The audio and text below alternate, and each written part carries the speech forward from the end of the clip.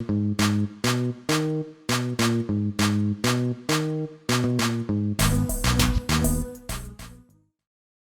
see, monkey do. Does the presence of violent images really affect children? And what happens to children who are affected by violence? The famous psychologist Bandura conducted a famous social experiment, the Bobo doll experiment. To prove that children can learn by mere observation, Bandura came up with the Bobo doll experiment. In the first set of experiments, the children were seated alone in a corner of the room. From there, they observed an adult actor aggressively kicking and scolding the Bobo doll for about 10 minutes. Afterwards, the same child was put into a new playroom where another adult deliberately frustrated the child by taking away the toys the child played with. The frustrated child was then put back into the room with the Bobo doll, where Bandura and his team made the following 3 observations. 1. Children who initially saw the adult punching the doll often copied the behavior. 2. Boys were 3 times more likely to do so. 3. Boys reproduced the behavior twice as often if they observed a man do it compared to boys who observed a female actor. Girls were also more influenced by same-sex models. To find out if movies would have the same effect, Bandura let some children watch the model live and others watch it on video, or as a cartoon animation. As all 3 groups showed similar responses, Bandura concluded that children imitate others regardless of where they have seen the behavior. Therefore, we can be sure that children's behavior is first generated by observation, and then they choose whether to continue or disappear by the reaction given by their surroundings. Children who are victims of domestic violence observe and feel is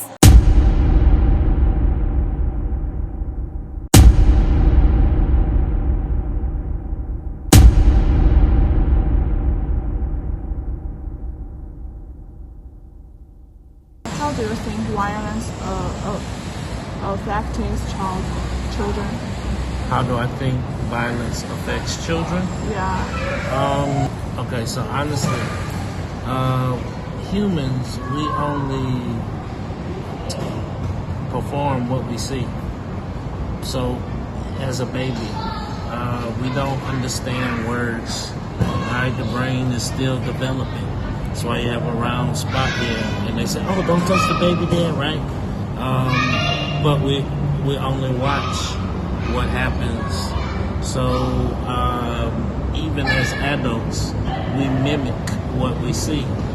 So it's important that you don't see everything, right?